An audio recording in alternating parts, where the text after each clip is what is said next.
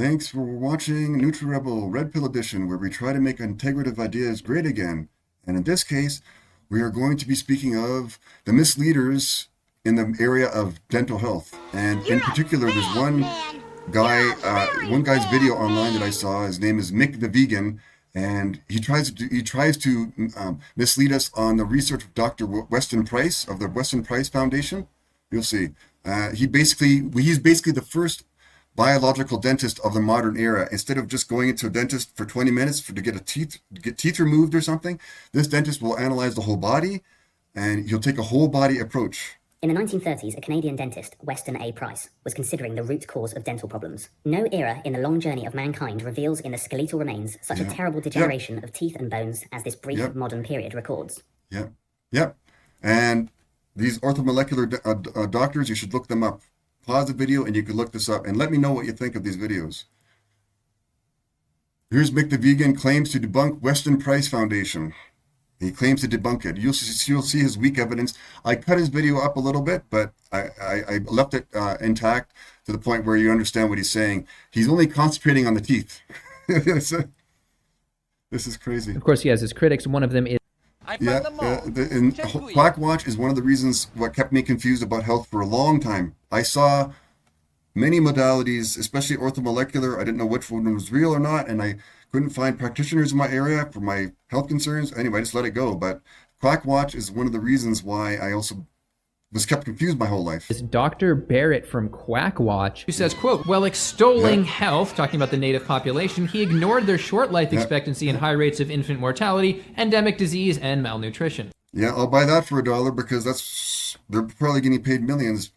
I'm not totally bashing these guys, but you can see their biases. So what did he actually think? He believed that it was the stripping of nutrients of food that led to people just creating worse teeth in general? No. He was taking account of the whole body. But this is where he's misleading people. Which is so obviously not the case with what we know now.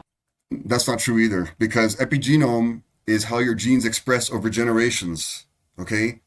Everyone thinks that because you have a genetic problem in your family doesn't mean you will get it. You can modify it mainly by what goes into your mouth. And it's not only guessing what you need. You have to get an individualized approach. And it's much cheaper than waiting to get sick. Oh my God. Uncle Frank. Yeah, you don't want to turn like that guy, Uncle Frank. So he was against sugar, but he thought it was just because the nutrients had been stripped away and therefore it wasn't building teeth as well. And it wasn't just the deterioration of dental health the Price was taken by, but also the rise of chronic disease, both physical and mental. Because it's all connected. With a fine physical condition, the isolated primitive groups have a high level of immunity to many of our modern degenerative processes, including tuberculosis, arthritis, heart disease, and affections of the internal organs. So what did Price think was protecting them from these problems? The origin of this protective factor is provided in nutrition and is directly related to the mineral content of the foods and to known and unknown vitamins, particularly the fat-soluble. An essential characteristic of the successful dietary programs of primitive races has been found to relate to a liberal source of the fat-soluble activator group. In other words, a high intake of the fat-soluble vitamins D3, K2, and retinol, which is the activated form of vitamin A. And nutrition and mental illness. You should look up this book. Excellent book. And it's not just mental illness because the mind is not separate from the body.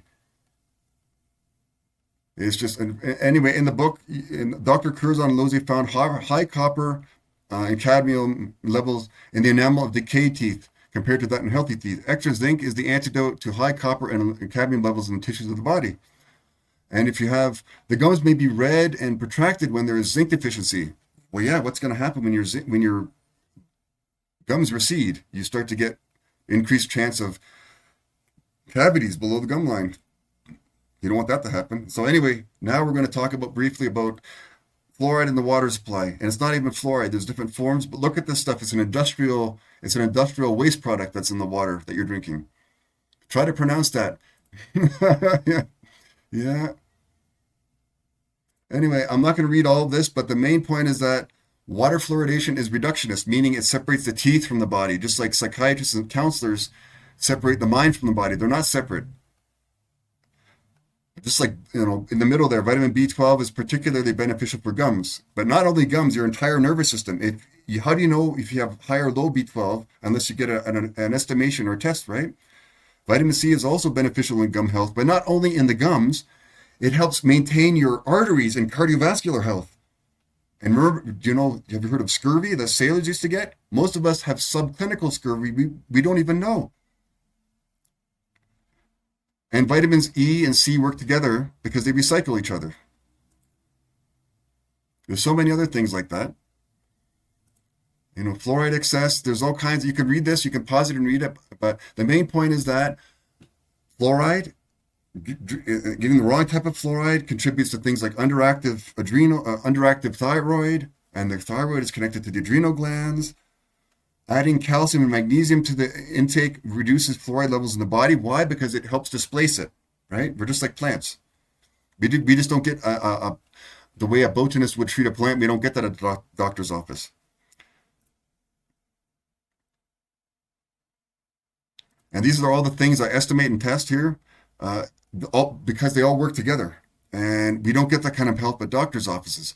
Anyway, like I said, you can pause this and read this, but the main point is that we have people like Mick the Vegan misleading us. And you can see where their bias is, especially in Quackwatch as well. We have to keep an eye on this and be vigilant.